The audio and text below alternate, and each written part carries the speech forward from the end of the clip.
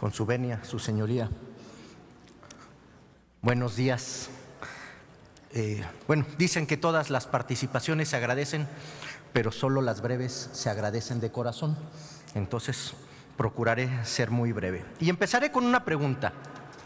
¿Qué tienen en común las Naciones Unidas, universidades públicas y privadas, comisiones de derechos humanos de todo el país, cámaras empresariales, organizaciones de la sociedad civil, artistas, iglesias, Amnistía Internacional, el Parlamento Europeo, la galardonada con la presea Belisario Domínguez y muchísimos juristas, entre ellos Elisur Arteaga, Pedro Salazar, Diego Valadez y muchísimos otros? Conté 70 en alguna lista. Todos tienen en común, a pesar de sus tremendas diversidades y diferencias, todos coinciden en la inconveniencia de la ley en comento, su inconstitucionalidad y su daño. Y a partir de esto, el presidente invitó a escuchar. ¿Qué pasó? ¿Mintió o le mintieron?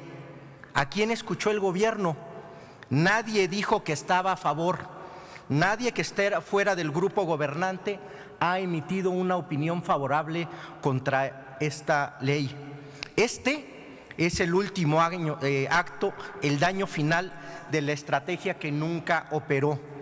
Es el triste retazo de los 10 puntos, aquellos que estarán en algún lugar olvidados en su memoria, de los puntos que prometieron como estrategia de seguridad y que nos han llevado a este año terrible de violencia, donde se rompieron todos los récords sin una respuesta efectiva del Estado.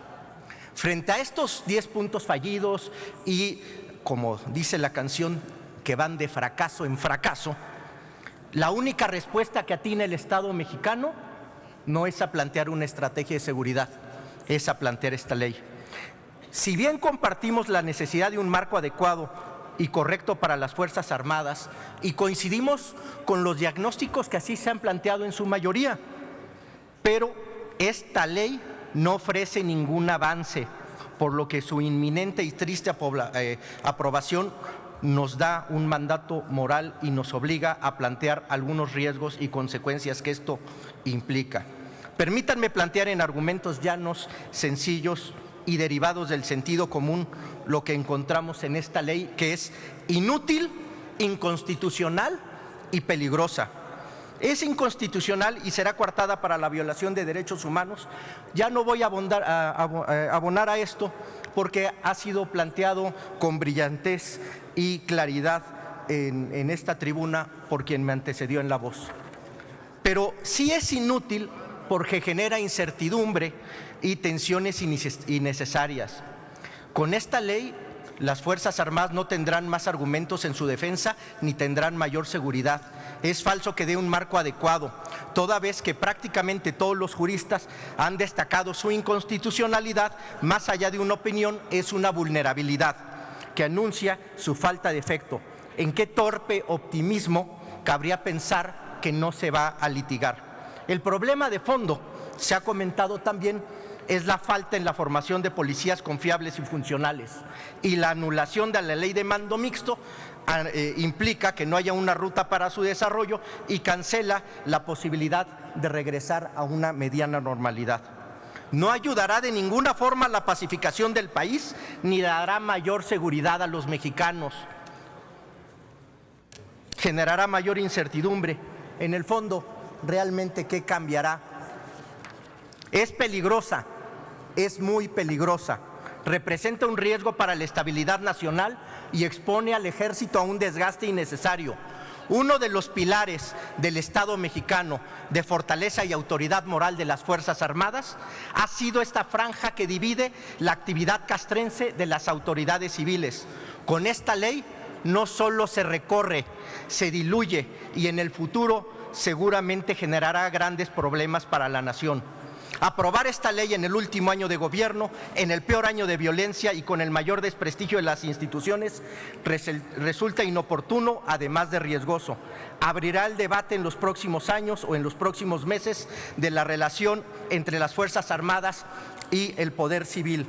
Por ejemplo, si debe haber un secretario de la Defensa Civil, la transparencia de los recursos y controles parlamentarios.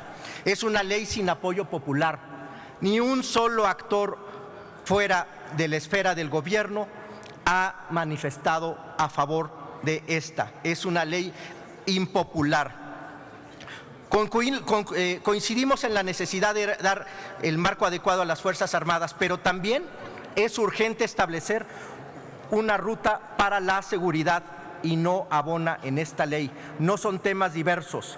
Que quede claro, estamos a favor de las Fuerzas Armadas, estamos a favor de la institucionalidad, pero no en los términos que propone esta ley. Esta ley no tiene ni razón ni ciencia, no tiene progreso ni moralidad y va contra todas las tendencias históricas del Estado. Hoy harán un gran daño. Esta es la ley del fracaso. Es la ley del fracaso en la pacificación del país. Es la ley del fracaso en construir una policía confiable. Es la ley del fracaso de la gendarmería como institución civil. Es el fracaso de la política por la incapacidad de oír a la mayoría de las voces sensatas e independientes. Es el fracaso del triste gobierno de Peña, que deja un país más inseguro, con instituciones más débiles y que le abona a su obra nefasta a un gobierno que anuncia que la historia lo tendrá por defenestrado y que se hunde en la soledad de su sinrazón. Es cuanto. Muchas gracias, señor senador. Tiene el uso de la tribuna